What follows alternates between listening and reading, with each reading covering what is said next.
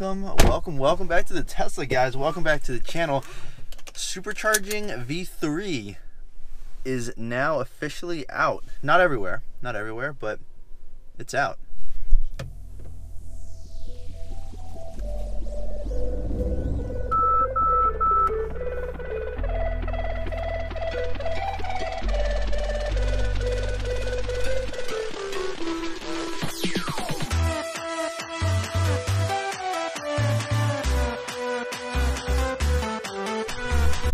Whoa, Mercedes AMG GTS, maybe?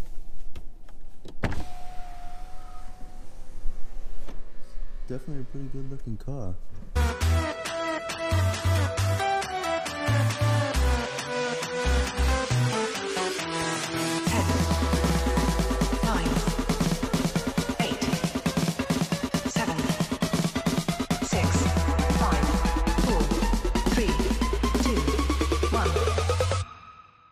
69.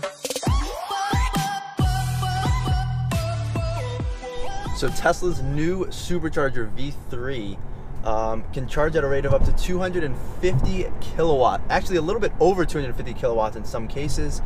That means you get a max charge rate of 1,000 miles an hour, which is absolutely insane. Right now, I think I've maxed out at like 300 some. I don't know if I've ever actually hit 400, but either way, 1,000 miles an hour of charge range. Obviously that tapers off, but still, that's extremely incredible. Brings charging times down by at least 20%, I think. If your battery's dead, for example, I think it comes down to only being like a 40-minute charge instead of a 60-minute charge. And that's partially due to the tapering. So obviously the car will start off getting up to 1,000 miles an hour of range at 250 kilowatts.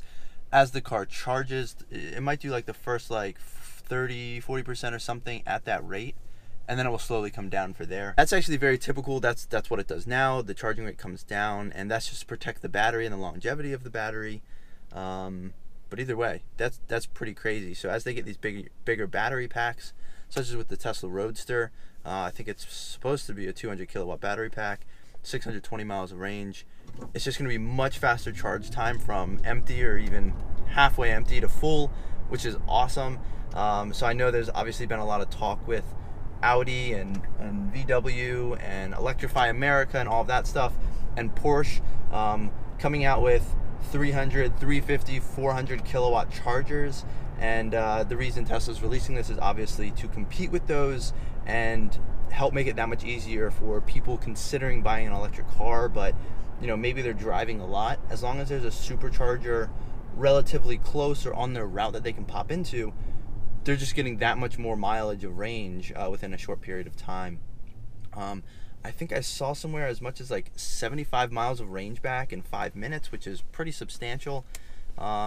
And then on top of that, the reason they can do this is that they're now using, I think, liquid cooling technology instead of the old the current, well, not current anymore, the old, quote unquote, old superchargers. I'm pretty sure are air cooled. I think they look pretty much the same. The charging cables might actually be a little bit thinner, but they're liquid cooled versus air cooled. And also there's going to be software updates slowly pushed out to everybody with a Tesla. And what it's going to do is it's going to precondition your battery pack so that when you get there, you can take the maximum amount of charge right away. Unfortunately, I do not believe my car will be capable of charging at 1,000 miles an hour. I'll be curious to see as these V3 superchargers start rolling out what my car can actually go up to. I also know that there's older battery packs, I think like the 2012s, 2013s, that could only go up to like a 90 kilowatt charge. And well, obviously that's not the 120 that you can get right now, which I can get. So I know I'm not limited by that. The only thing is I might only be able to get like 150, 180, somewhere in that range, which is still going to be phenomenal. I'm guessing 500-600 miles an hour of range, something along those lines, hopefully. But only time will tell. So I'm pretty excited to do a couple road trips just to sort of see what the limits are on my car. But yeah. Anyways, I gotta go into work. She looks good. Anyways, I was gonna plug in, but of course, you have that Ford guy plugged in, the Model 3 plugged in. They're both charging, as you can see the green lights over there are flashing. but this Prius plug-in, fully charged, steady green light. Obviously the Prius is always down here, fully charged, very annoying.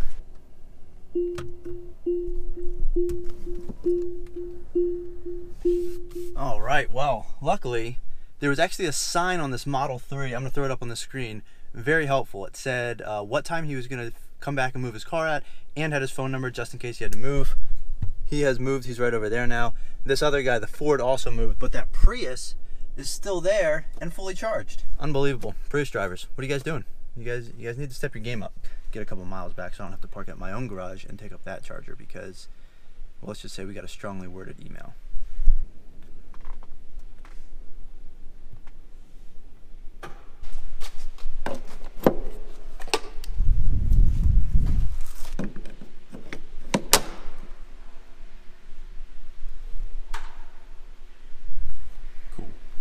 As you can see, I'm at 219 miles.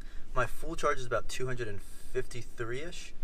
This says 2 hours and 5 minutes until I'm completely full because the charge limit is all the way up. But as you can see, this only charges at 30 amps, 206 volts, 12 miles an hour range. The new Superchargers, 1,000 miles an hour of range, which is insane. Obviously these are gonna be much larger. This is a level 2 charger, so it's still pretty good. Also, my car battery is very full, so this is a lower rate, I think. It's slowly going up actually, but either way, I don't know if this is the max charge it will normally do if my battery were like on E. So yeah, anyways, that's that. All right, it's the weekend, guys. Now, I'm super excited. I think it's supposed to be like 70 degrees on Sunday. It's awesome, but well, right now, wait for it, wait for it. Wait for it, wait for it. Bam, can you guys see that? Now, can you guys see that? It's snowing out here. Classic, right? 70 degrees and sunny in 2 days, Sunday. It's Friday. And it's, yeah, just, you know, casual afternoon snow. That's, you know, that's pretty normal right now, right? Anyways, on top of that, daylight savings time, we're jumping forward. Gonna get some more sunlight during the daytime. Fantastic. Warmer weather's finally coming. Granted, it is snowing right now, which is kind of odd, but V3 Supercharger, guys. So to get back to that, obviously at my apartment building, at my office, I only have level 2 charging. Clearly it's not a Tesla supercharger. It doesn't, the V3 supercharging does not play a role or do anything for me in that sense. But for road trips, it's clutch. Even though the V3 Superchargers are not rolled out everywhere yet, they are actually only being utilized in some California areas as it's like beta testing right now with Model 3s. For all existing cars, including the first 2012 Model S's, the software update that comes out with the V3 Superchargers, it will still allow cars to charge up to 25% faster, and that's due to preconditioning. But either way, the software update, the idea is that it preconditions the battery so that it's at the optimum temperature to take the optimum amount of charge that it possibly can, therefore decreasing the amount of time you have to charge. And that's being rolled out, I guess now. There's some beta testers. I don't know when it's gonna be to everybody, but yeah, that's pretty cool. So it'll decrease charge times for everybody, even if you don't have a Model 3 that can take the V3 Superchargers. So I still will get some benefit from the software update, and that's the cool thing about these cars. Even though I have an older model, there's still a lot of new things and improvements that I can still get because of the over-the-air software updates. With all of this technology that's in the car, you get this giant touchscreen that connects to a 3G network or Wi-Fi, and well, obviously because of that, you get all these benefits even later on when they push things. This preconditioning of the battery can obviously still help my vehicle, and yeah, so pretty cool stuff. Luckily, we got those new tires, and I'll tell you what, it's coming in handy. It is slick out here, it is cold out here, but we're getting traction out here, so that is key. And definitely good that I got those tires finally, because the last time I drove home from work and it was snowing, let's just say I had to make sure regen braking was off because my car was slipping and sliding and fishtailing quite a bit. I know I said earlier that these were level 2 chargers. I'm not actually sure if they're level 2 chargers. I don't know what level 2 actually means. I also don't know what level 1 or level 3 mean. All I know is level 1 is the slowest, I believe, like plug into like a regular outlet at your house, which is what I used to do. And level 3, I guess, is like a supercharger. I don't know what level 2 technically means. I think this is a level 2, but I'm not 100% on that. But anyways, let's get plugged in real quick. Cool. You can see it's 30 amps, 207 volts. I think you can multiply those to get like the watts or something, or kilowatts. But again, it's charging at like 12 miles an hour, 4 hours, 15 minutes until it's done. We're at 204 miles. I like to fully charge going into the weekend just because, well, if I leave and then these chargers aren't available, I like to have as many miles as possible. So that's the only reason why on the weekends I'll set it to full. Otherwise, I usually don't.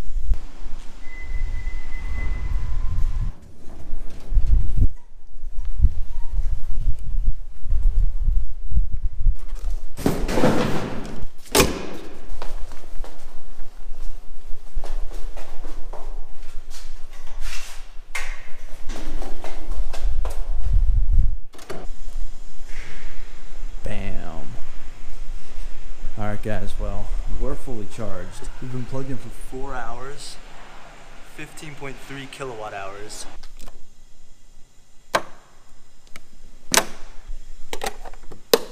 So, earlier this week, got an interesting email that basically said the charging spots are not parking spots, they're for charging and then you move your car. So this email seems a little passive aggressive. Now, I had left my car there for over a day. That wasn't on purpose. It happened, then I got lazy that night. I didn't move it. I did move it the next day. But either way, they sent out this email. There's only 3 3 plug-in cars, 2 Teslas and the Volt. And all of us have each other's numbers so we can move when we need to. But as far as I know, nobody else in the building has an electric car that can be plugged in. I've never seen one in the space. I've never seen one in the garage. So it's never really been a concern between the 3 of us. It's always just like if somebody else needs a space, you text the other person, and none of us have ever had any issues between the 3 of us. So phenomenal. Thank you guys. You guys have been great. I haven't had to deal with anything. Very friendly. And I have their numbers if I ever do need to pop in and charge, so it's never been an issue. But then we get this email from management saying like, don't leave your car in that space. Makes no sense. So I'm moving my car right now.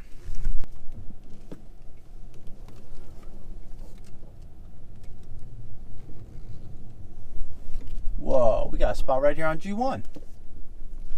So that's where we were, right there with the other Tesla. Now, interestingly, in that email, I think they also said don't park on G1. It's for reserved parking and employees only. But I think that's only upstairs because this has no signs. It doesn't say reserved. It doesn't say employees only. Anywho, I'm parking here. So there's no signs on the spot. There's no charger on the spot. I'm taking it.